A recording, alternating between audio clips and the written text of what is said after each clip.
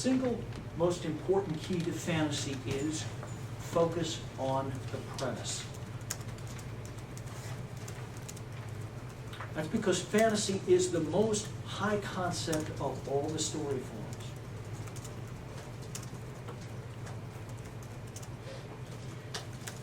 We tend to think of fantasy as this very light and airy form. It's a lot of fun, which is true, which is why it surprises most writers to find out that fantasy is the most geometric of the forms under the surface, which is why in order to do fantasy properly, you have to get the geometry right.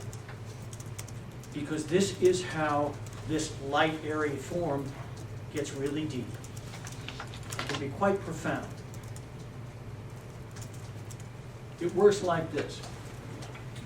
All fantasy is allegorical, which simply means that the fantastic stands for something else.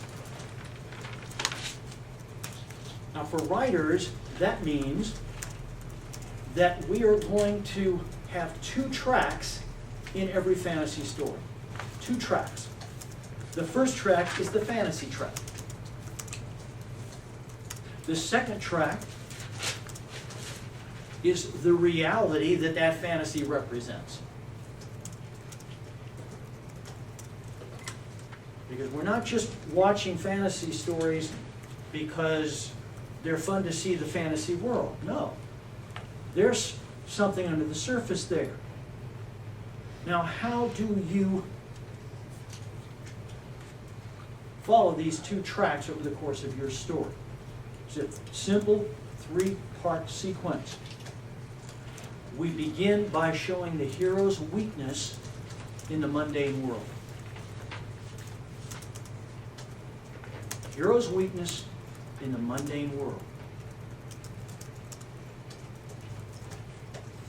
2, we send the hero to the fantasy world.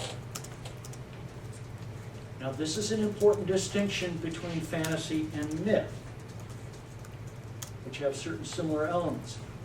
Myth stories show the character on that journey. Fantasy doesn't do that. Fantasy jumps the hero to the fantasy world. And this fantasy world challenges the hero. It specifically challenges the hero's great weakness. We end the story with the hero back in the mundane world. But when he returns, he has not only solved his personal problem. What was the mundane world, he discovers, is actually a playground.